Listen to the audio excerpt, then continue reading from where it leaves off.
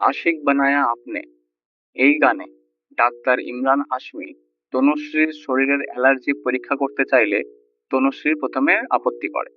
যখন ডাক্তার হাশমি আপত্তির প্রতি সম্মান জানিয়ে সিঁড়ি বেয়ে নেমে চলে যাচ্ছিলেন, তখন চুলকানির তীব্রতায় তনুশ্রী নিচে নেমে ডক্টরকে কাছে টেনে নিয়ে প্রথমে নিজের গলা এবং পরে ব্রাউন কালারের লিপস্টিক দেখিয়ে বোঝায় এখানেও চুলকানি রয়েছে।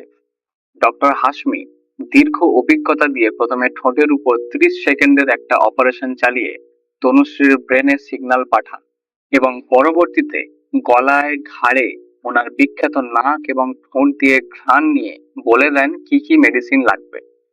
মেডিসিনের ভয়ে তনুশ্রীর পায়ে কাঁপন ধরলে দরদি ডাক্তার তাকে কোলে করে নিয়ে প্রথমে সোফায় এক দফা গভীরভাবে শারীরিক পরীক্ষা করেন এবং দ্বিতীয় দফায় কোন কোন জায়গায় পিম্পল উঠেছে দেখার জন্য ফিতা খুলে দেন।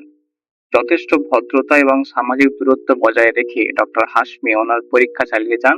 মাঝখানে পরীক্ষা ডিপ হয়ে যাওয়ায় পা তুলে তনুশ্রী এর প্রতিবাদও জানান।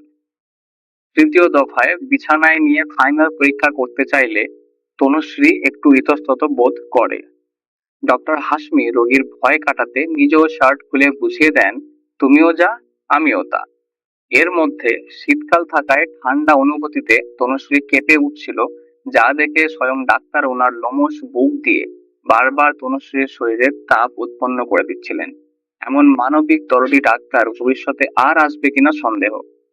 একদম পা থেকে মাথা পর্যন্ত যেভাবে দীর্ঘ 4 মিনিট 59 সেকেন্ড পরীক্ষা করে গেছেন তা আজকাল ডাক্তারদের মাঝে দেখাই যায় না। এরা শুধু পারে প্রেসক্রিপশন লিখে দায় সারা রোগী দেখতে।